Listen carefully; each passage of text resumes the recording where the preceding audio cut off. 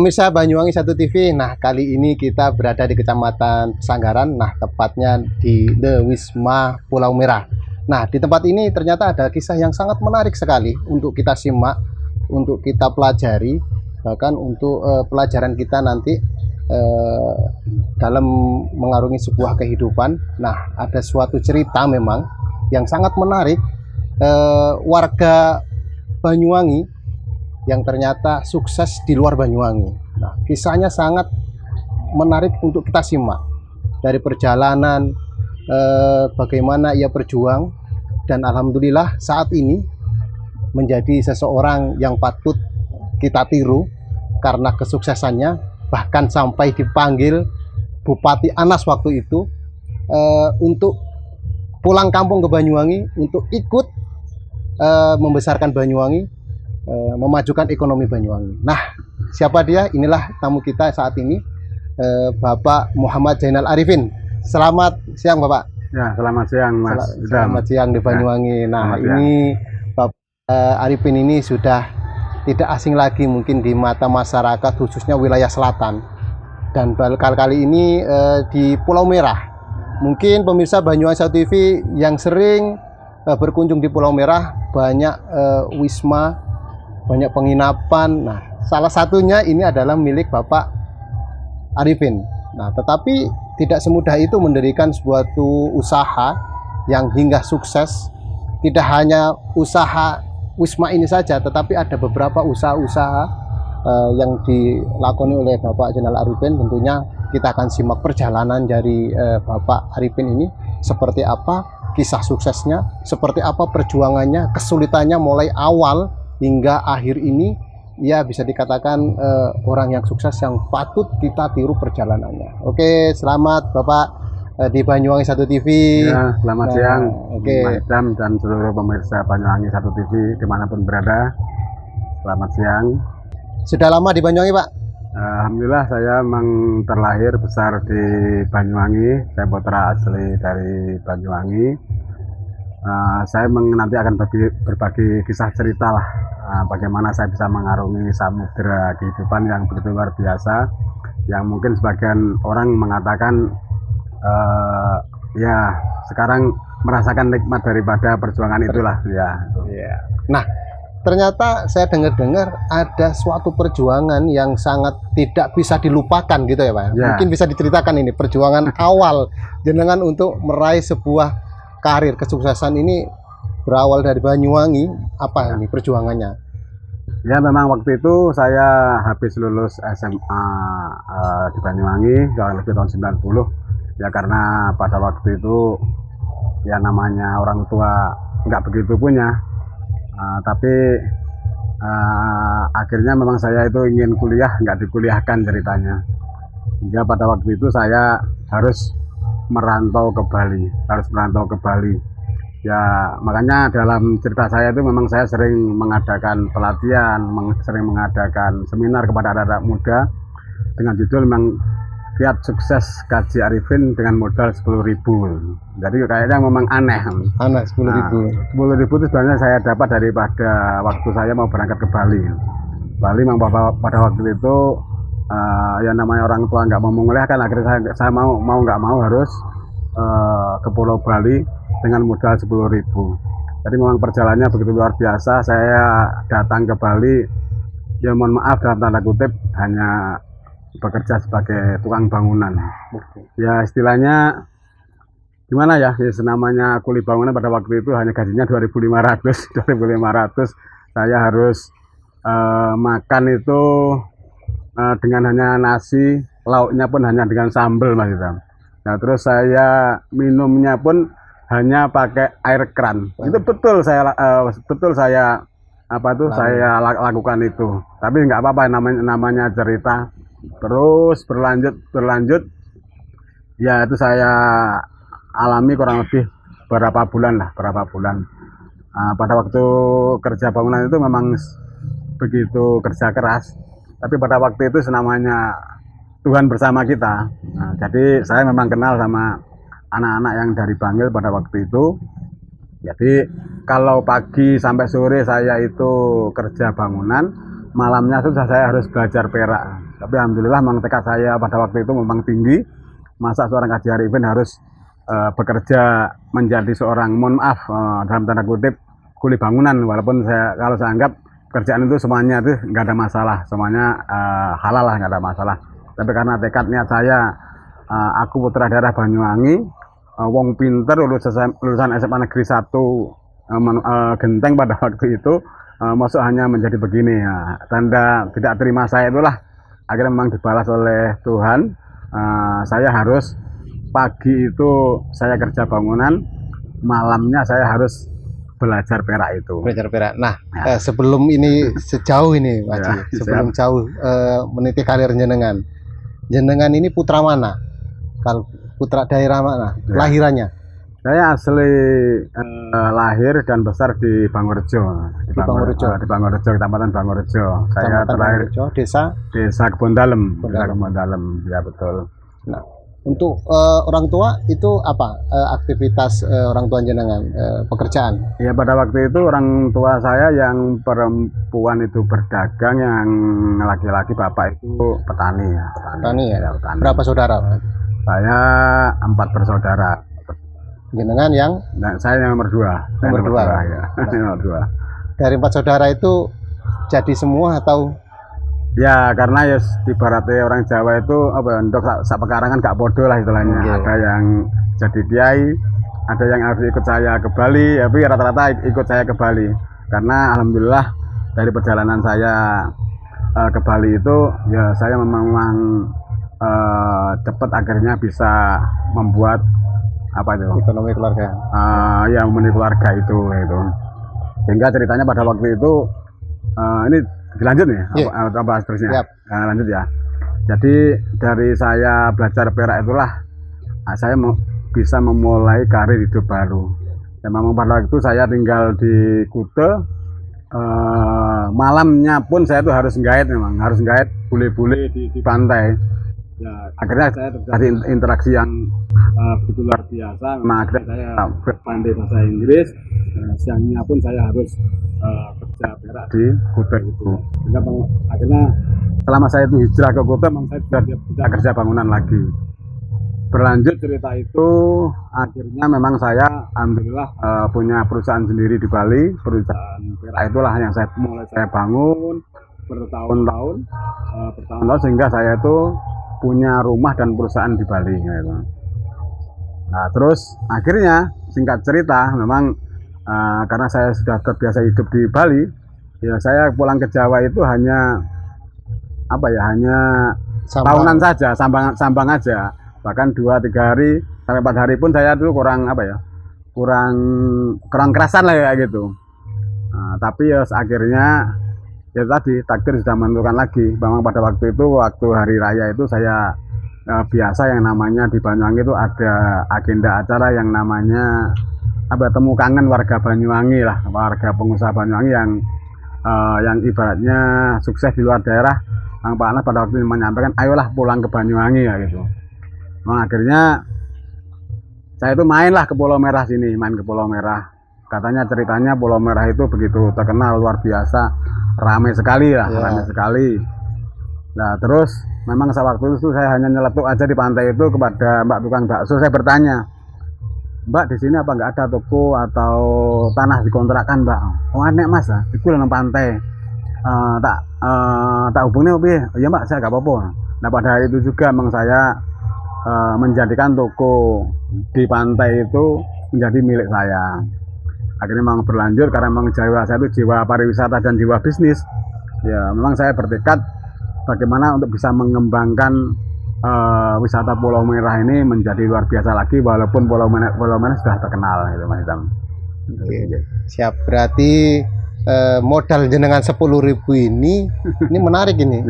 Karena masyarakat kalau berbicara usaha, berbisnis, pasti yang dipikirkan adalah modal besar gitu Pak Jingge. Oh ya, betul. Tapi jenengan tadi itu mengatakan dengan modal 10.000 bisa sampai seperti ini. Ini tipsnya bagaimana ini Pak Jingge? Mungkin dari kok 10.000 bisa sampai sebesar ini. Sekarang jenengan punya banyak ada perusahaan, ada ini. Ya kuncinya tetap dalam orang bekerja itu kalau saya itu punya 4 prinsip. Memang yang pertama niat sungguh-sungguh, jujur, tasakur.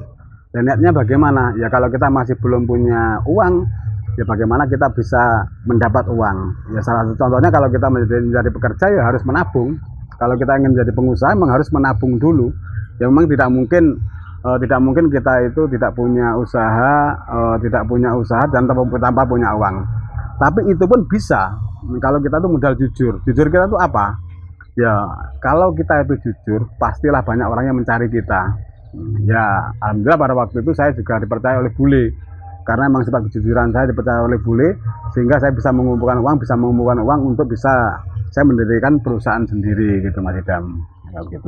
Berarti modal utama itu sebenarnya bukan modal uang, tapi jujur, ngoten Pak Ji? Iya. Bisa dikatakan jujur ya? Jujur. Ya, jujur itu juga banyak. Nah, kadang-kadang kita menilai jujur itu hanya masalah uang, tidak sebenarnya. Ya jujur masalah waktu, masalah omongan kita, konsekuensi kita, jujur masalah janji, ya otomatis jujur masalah uang juga itu penting. Untuk itu penting. Ya kalau misalnya kita nggak punya uang, yang modal kita memang harus jujur. Jujur. Nah, dari jujur itulah biasanya orang itu pasti akan menilai, bos besar menilai, wah anak ini kerjanya ini bagus, saya percayakan menjadi manajer saya lah minimal begitu. Nah dari situlah akhirnya orang itu bisa punya uang untuk memiliki usaha gitu Mas Dama gitu. Oke. Ya. Tadi bicara awal tadi terkait dengan pekerjaan tukang bangunan, ngoten Pak Ji. Nah, tukang bangunan ini jenengan selain di Bali atau mungkin rambah ke kabupaten lain atau enggak? Cuma di Bali aja ya? Ya cuma di Bali aja. Nah, ya, tapi waktu itu saya di Banyuwangi juga mohon maaf juga. Saya juga kerja bangunan. Bahkan saya juga pernah kerja tambak, saya itu di lereng Rokojampi. Yang pada waktu itu memang begitu sulit dalam saya mengarungi samudera kehidupan itu. Tapi masih remaja lah pada waktu itu. Memang benih-benih saya untuk menjadi sukses itu memang ada. Itu terbukti memang saya itu seorang pekerja keras yang bandel. Saya tidak pantang menyerah, kuncinya memang itu aja. Jadi kalau mungkin teman-teman ada kegagalan, ya kuncinya memang harus terus bangkit. Jadi kayak seperti anak mau belajar berdiri, ya jatuh bangun. Kalau Anda jatuh juga harus bangun terus, bangkit terus. Nah, maka dari itu pandai-pandai kita harus bisa meminit waktu itu tadi gitu. Ada yang dikenal nggak sampai saat ini yang menjadikan jenengan ini merasa bersyukur, oh saya kenal dengan orang ini sehingga saya dipercaya atau seperti itu? Dari jenengan, dari bangunan ini merambah ke usaha jenengan yang kedua apa ya Pak? Perak ini? Ya perak. Perak ini ya. Ada orang yang menjadikan jenengan itu selalu ingat sosok inilah sehingga saya menjadi. Oh iya. Oh iya, pastinya tetap kepada yang menjadikan saya sukses itu seorang yang pertama kali membantu saya ke Bali itu pasti. Yang kedua teman saya yang mempelajari sehingga saya itu bisa membuat perhiasan perak itu pasti akan selalu saya kenal lah. Bahkan saya juga ibaratnya membantu keluarganya beliau. Terus karena saya sudah menjadi juragan, bagaimana saya bisa merekrut anak-anaknya bisa menjadi pekerja saya, bisa bekerja sama, itu otomatis Mas Idam, itu otomatis ya. Nggak akan pernah lupa ya? Nggak pernah lupa. Ya. Yang namanya kita berjasa kepada seseorang, kita tidak akan pernah lupa, apalagi yang menjadikan kehidupan kita seperti sekarang ini. Ya janganlah kita itu seperti pepatah kacang lupa kulitnya. Nah, itu jangan sampai. Nah, lupa kita mengenang itu pun atau kita ingat itu pun itu sudah wujud daripada syukur kita. Gitu. Termasuk kalau dikaitkan di dunia pemerintahan, setelah ada janji ya jangan lupa dengan janjinya. Itulah kunci kesuksesan gitu Pak Cing. Siap. Okay. Siap. Warga Kebon Dalem ya Pak Cing. Yang saat ini bisa dikatakan sangat sukses sekali. Kalau bisa saya tanyakan, ini jenengan kembali ke Banyuwangi ini mulai tahun berapa Pak Cing? Setelah lama di Bali. Ya, saya mau nggak mau memang pada waktu itu setelah saya menjadikan kontrak di pantai itu menjadi pemilik saya, memang saya selalu berpikir memang pada waktu itu karena memang jiwa bisnis saya, jiwa entertainment saya, jiwa bagaimana saya itu bisa menjadikan suatu daerah itu menjadi bagus. Memang itu saya nantiasa berpikir pada waktu itu hanya berpikir begini, Di Pulau Merah pada waktu itu konsentrasi massa itu hanya di pantai, hanya di pantai. Nah, terus yang ke sini ke utara itu masyarakat kurang konsentrasi wisatawan hanya ke pantai. Nah, saya masih teringat sekali pada waktu itu banyak teman-teman dari luar daerah, bahkan bule, itu malam itu mencari apa-apa sulit. Bahkan untuk mengambil uang aja harus ke Pesanggaran, yang jaraknya begitu jauh, kurang lebih 20 kilo lah dari sini. Nah, sehingga memang tahun kedua saya memberanikan diri bikin minimarket di sebelah pantai itulah. Nah, mulai dari itulah akhirnya bule-bule teman-teman yang luar daerah mulai terbantulah. Ada yang minimarket higienis, ngambil uang tidak terlalu jauh dan seterusnya. Sehingga saya lanjutkan kembali, ya saya bikin Wisma Pulau Merah ini. Ini pun ya nggak bisa simsalabim juga, perlu proses waktu. Kurang lebih saya awali itu memang tahun 2017 hingga sampai saat ini. Oke, sangat menarik pemirsa Banyuwangi 1 TV. Masih banyak lagi yang perlu kita gali bersama Bapak KJ Arifin. Apa saja sih usahanya, dan selama dia meniti karir untuk menjadi seorang pengusaha, adakah rintangan atau bisa dikatakan sampai jatuh lah, seperti itu, seperti tadi jatuh bangun. Nah, ini perlu kita gali untuk pembelajaran kita bersama. Tentunya setelah pesan berikut.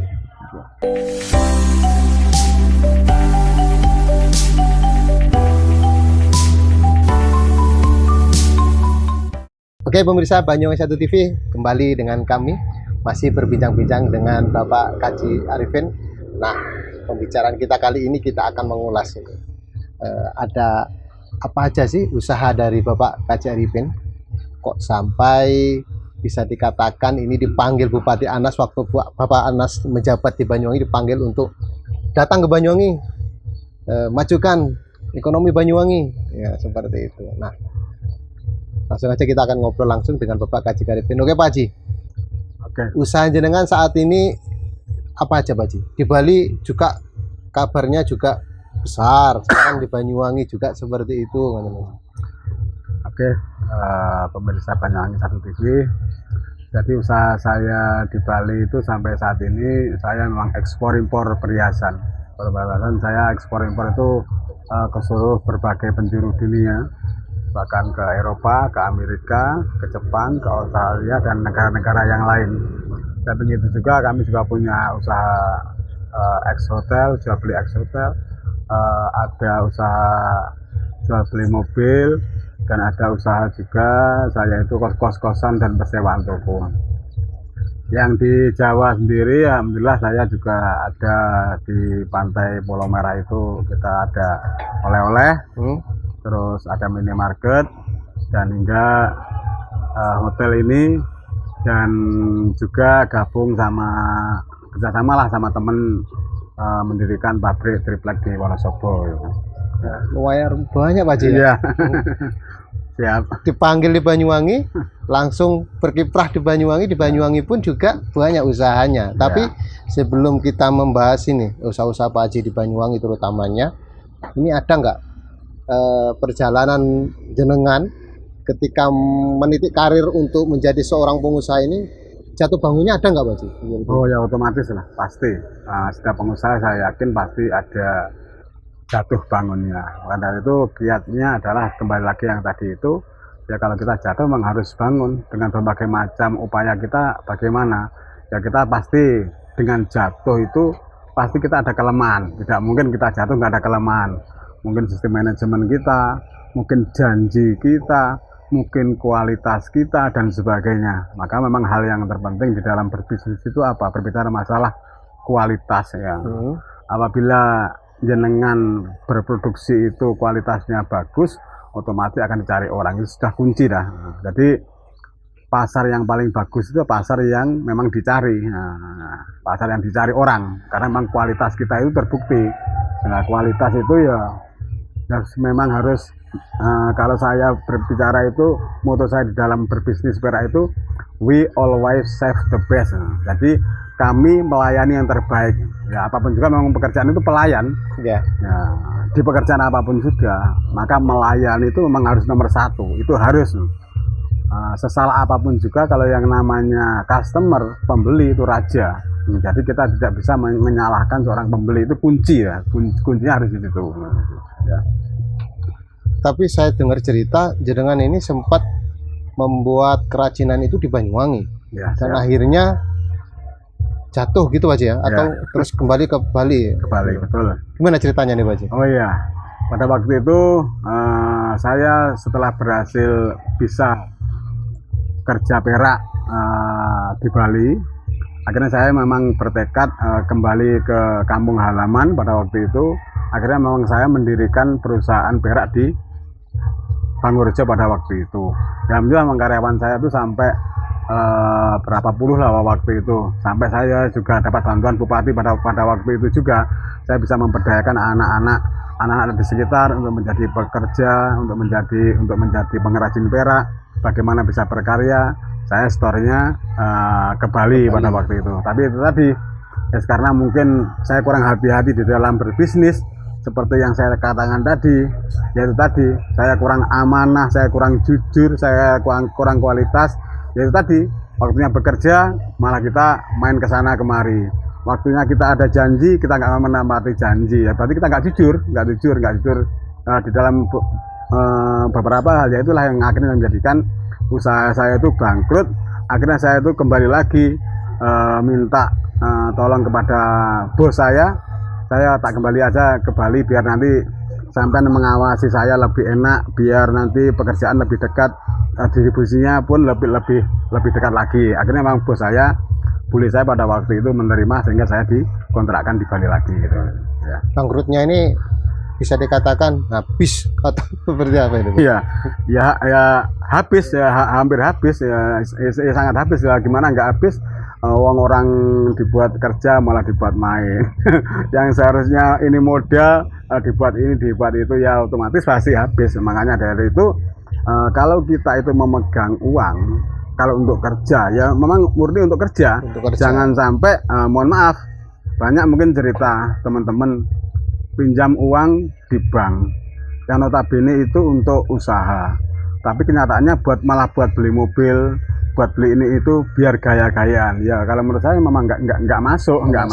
Kalau kerja ya kerja. Kalau nanti mau beli mobil ya harus dari hasil atau labanya bekerja itu yang benar.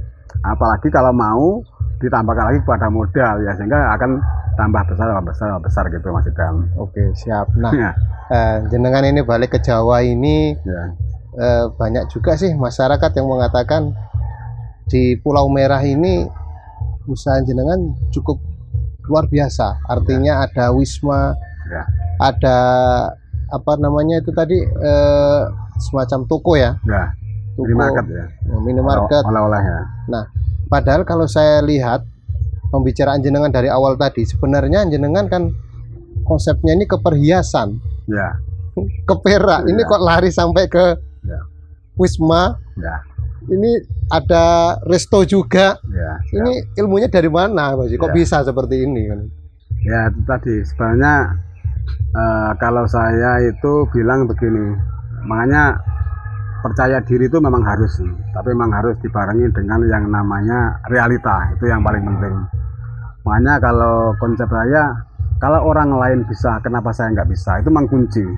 Ya sama, orang lain bisa bikin restoran bagus, bisa bikin minimarket bagus, bisa bikin hotel bagus. Ya saya pun harus bisa punya tekad, saya pun bisa sama-sama manusianya. Ini mau kunci. Sehingga memang akhirnya banyak orang itu bertanya, kok hotelnya asri bagus, konsepnya apa Pak Haji? Ya konsepnya memang saya pribadi. Jadi Wisma Pulau Merah itu jiwanya adalah saya, pemiliknya. Makanya kalau ada orang bilang itu misalkan di dalam rumah, istilah kalau orang Islam itu mengatakan baiti janati, surgaku adalah rumahku adalah surgaku. Yang paling penting memang konsep daripada itu memang hati pada orang itu. Kalau hatinya itu tenang, jiwanya itu tenang, saya yakin pasti usahanya juga akan tenang. Itu kunci dah itu. Kunci. Jadi kunci itu ya memang pribadinya orang itu sendiri. Maka kalau jenengan semua mau menjual sesuatu, karakter apa yang jenengan jual itulah karakter anda sendiri ya itu. Mungkin kalau lebihnya begitu. Artinya muncul dari pribadi kita sendiri ya, Ya, konsep-konsep itu Pak Haji. Ya, Termasuk sendiri. Ya. Wisma ini konsep jenengan sendiri ya, Ya, yang diterapkan ya. Ya, konsep saya sendiri, memang saya sendiri. Saya tidak biasa meniru mungkin pada hotel yang lain dan sebagainya. Ya saya cari referensi mungkin di Google dan sebagainya. Nanti mungkin sambil dilihat kurang apa, dirasakan feelingnya kurang bagaimana, mungkin sambil tanya sama teman dan sebagainya. Nah dari perjalanan waktu lah, oke kurang begini, sampai orang itu benar-benar nyaman apa yang perlu ditambahkan di suatu area itu Mas Idam. Oke, tapi saya melihat ini tadi sempat berbincang-bincang dengan karyawan, katanya jenengan kadang nyapu juga, ikut nyapu ya, siap, ikut nyapu ya. Bener gak itu Pak Haji? Ya betul. Nah, karena memang bagi saya walaupun mungkin banyak orang mengatakan saya itu bos dan sebagainya, tapi enggak lah, dalam hal bekerja saya memang harus istilahnya mencontohi. Saya itu tipikal orang yang menjadi pelatih, tidak menjadi bos gitu. Artinya kalau pelatih memang saya itu harus mempelajari caranya menyapu begini, caranya membersihkan begini, caranya menangani ini begini. Makanya memang saya dituntut untuk bisa segalanya. Ya, itu adalah konsepnya. Kalau kita mau bekerja atau berusaha tanpa kita bisa menguasai medannya atau pekerjaan itu, ya kita mohon maaf nggak bisa. Ya, contoh, mungkin sopir itulah. Kita punya truk, tapi kita nggak punya pengalaman di bidang sopir, di bidang mobil dan sebagainya. Yang terjadi mungkin ya hanya kecewaan terus. Maka yang paling kunci kalau kita mau berusaha atau bekerja atau mendirikan suatu bisnis, Anda harus menguasai dulu bisnis apa yang jenengan tekuni itu. Ya contoh kayak apalagi saya pekerja bikin emas dan perak, yang notabene itu harganya mahal. Nah, kalau kita nggak menguasai ya bisa dihapusi karo tukangnya ya kayak gitu Mas. Itu harus konsep itu. Maka penguasaan medan, penguasaan materi, penguasaan pekerjaan itu harus kita kuasai semua dulu. Sehingga kalau kita tuh mau merintah, kita tuh bisa mencontoh gini caranya. Itu kunci. Nah, luar biasa. Ya, saya merasakan tempat ini nyaman Pak Haji. Artinya baru masuk sudah nyaman. Padahal saya belum tahu ini fasilitasnya di hotel ini apa aja. Terus konsep jenengan sendiri ya. Banyak fasilitas ini Pak Haji. Banyak fasilitas ya. Jadi di Wisma Pulau Merah ini memang kita membuat atau mendirikan itu memang perlu waktu. Memang kita konsep pertama kali itu kita mendirikan yang namanya Wisma Pulau Merah. Nah, itu konsepnya memang konsep modern, hampir sama dengan hotel yang lain. Karena memang pada waktu itu saya kira pangsa pasar itu yang di sini itu banyak lokalnya saja.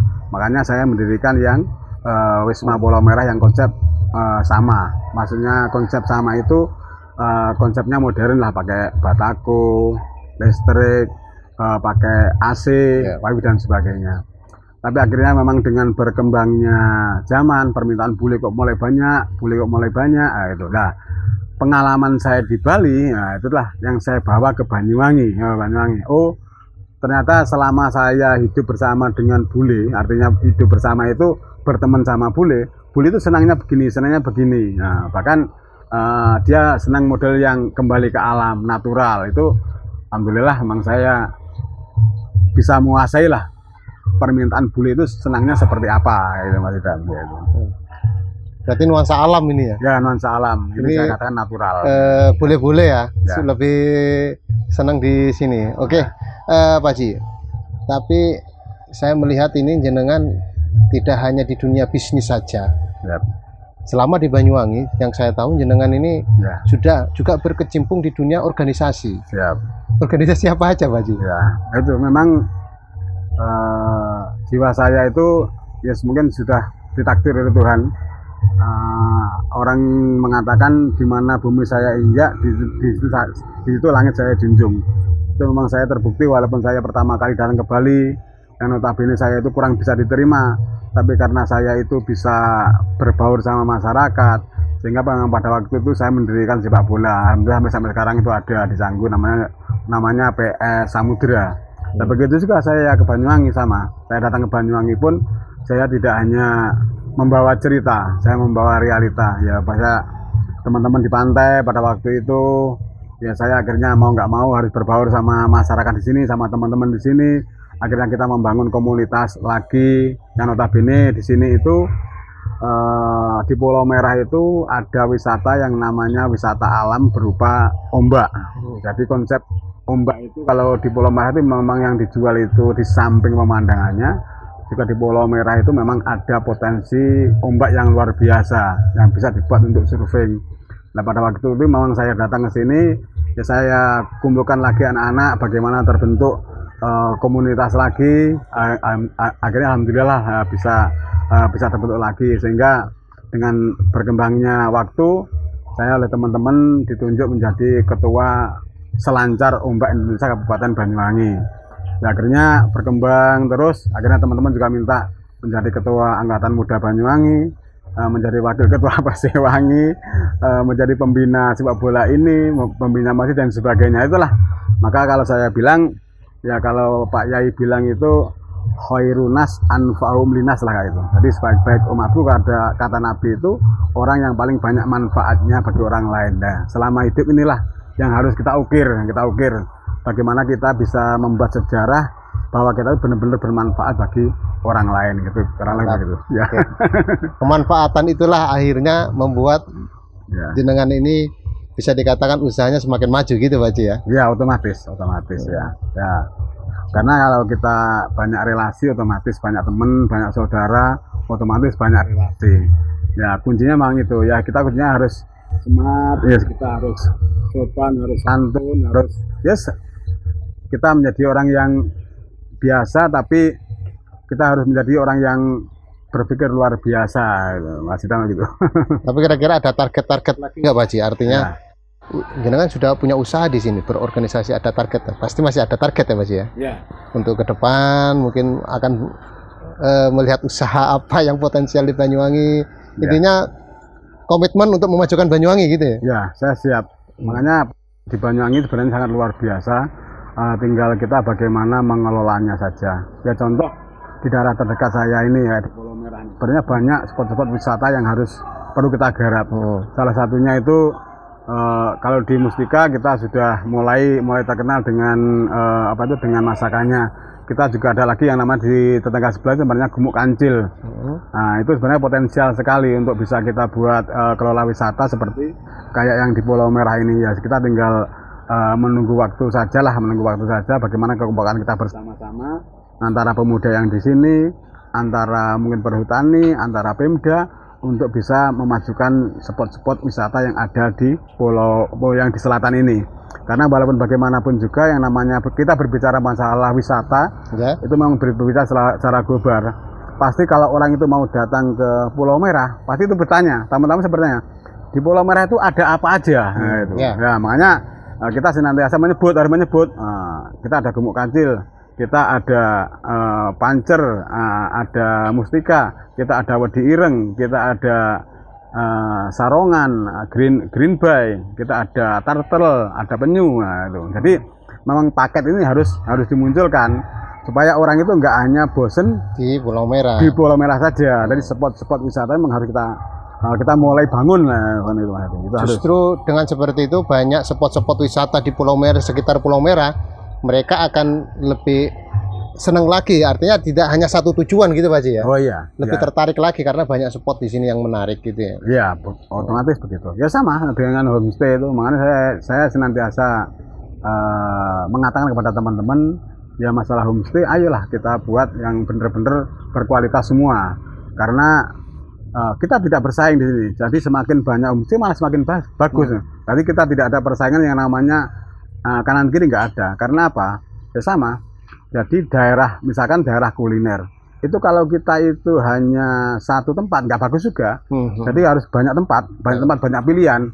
Oh, kuliner itu di daerah sini. Nah, itu malah bagus. Ya contoh, mohon maaf, kalau saya itu datang di Bali, itu ada yang namanya Kampung Perhiasan di daerah Celuk.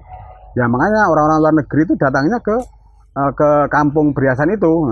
Jadi memang dari rumah ke rumah itu juga semuanya ada pengrajin peraknya, ada tokonya. Mereka nggak bersaing, bahkan mereka malah punya tamu masing-masing. Begitu juga nanti di Banyuwangi, memang harus begitu. Berarti terkonsep ya Pak Haji. Kalau berbicara wisma di sini loh tempatnya. Ya. Berbicara makanan di sini tempatnya. Jadi Ya. enak ketika datang itu mereka akan memilih tidak jauh-jauh gitu Pak Haji. Iya, betul. Nah, termasuk di wisma di Pulau Merah ini. Ya, kalau boleh tahu wisma di Pulau Merah ini kisaran berapa tarifnya Pak Haji? Terutama dari jenengan sendirilah milik seninya Ya, sendiri. ya tarifnya Mulai dari cukup terjangkau lah, dari Rp 350 sampai 1 juta. Kita memang bervariasi karena memang tempat kita atau kamar kita itu berbeda-beda. Jadi kita tergantung sama kebutuhan. Kalau keluarga kecil kita bisa di sini, kalau keluarga besar kita bisa di sini.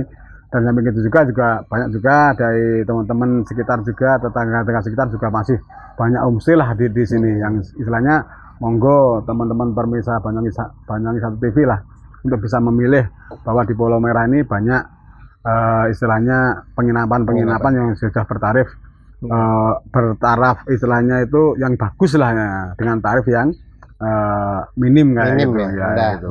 Jadi bisa dijangkau oleh masyarakat menengah ke bawah, ya. bahkan sampai menengah ke atas pun juga ada fasilitas di sini ya. semua gitu Pak Haji. Nah, ya.